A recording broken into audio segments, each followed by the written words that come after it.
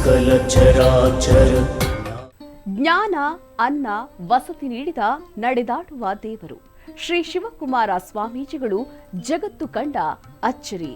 ಇವರ ಜೀವನ ಎಂದಿಗೂ ಎಂದೆಂದಿಗೂ ಸ್ಫೂರ್ತಿ. ಜ್ಞಾನ ಅನ್ನ ವಸತಿ ಈ ತ್ರಿವಿಧ ದಾಸೋಹದ ಪುಣ್ಯ ಕ್ಷೇತ್ರ ಸಿದ್ಧಗಂಗಾ ಮಠ. ದಿನಕ್ಕೆ ಇಲ್ಲಿ 15,000ಕ್ಕೂ ಹೆಚ್ಚು ಮಂದಿ ಪ್ರಸಾದ ಸ್ವೀಕಾರ ಮಾಡ್ತಾರೆ. 7,500ಕ್ಕೂ ಹೆಚ್ಚು ವಿದ್ಯಾರ್ಥಿಗಳು ಮಠದಲ್ಲಿದ್ದು ಜ್ಞಾನ ದಾಸೋಹವನ್ನ ಪಡಿತಾರೆ. ಜಾತಿ ಧರ್ಮ ಎನ್ನದೆ ಎಲ್ಲರೂ ಗೌರವಿಸುವ ಭಕ್ತಿ ಕೇಂದ್ರ ಸಿದ್ಧಗಂಗಾ ಪುಣ್ಯಕ್ಷೇತ್ರ.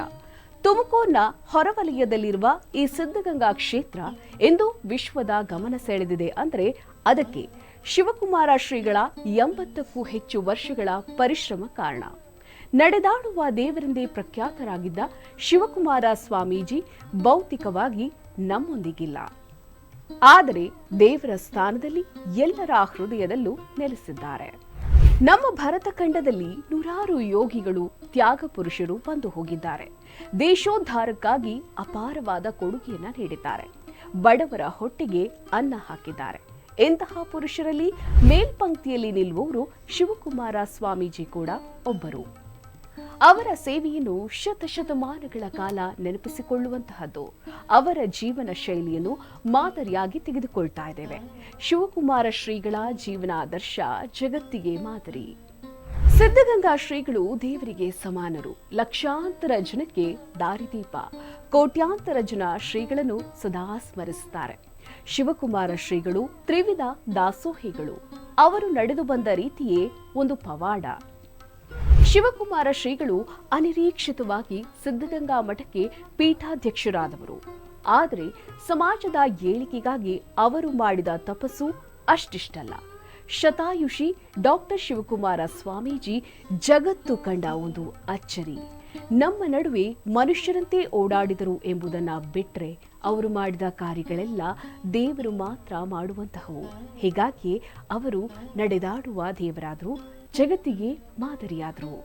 ಶಿವಕುಮಾರ ಶ್ರೀಗಳು ಚಿಕ್ಕ ವಯಸ್ಸಿನಲ್ಲಿ ತಮ್ಮ ಲೌಕಿಕ ಜೀವನವನ್ನ ತ್ಯಾಗ ಮಾಡಿದ್ರು. ಆಧ್ಯಾತ್ಮಿಕ ಜೀವನದತ್ತ ಮಾರು ಹೋದರು. 80 ವರ್ಷಗಳಿಗೂ ಹೆಚ್ಚು ಕಾಲ ನಿರಂತರವಾಗಿ ಸಮಾಜಕ್ಕೆ ಮಾದರಿಯಾಗಿ ನಿಂತರು.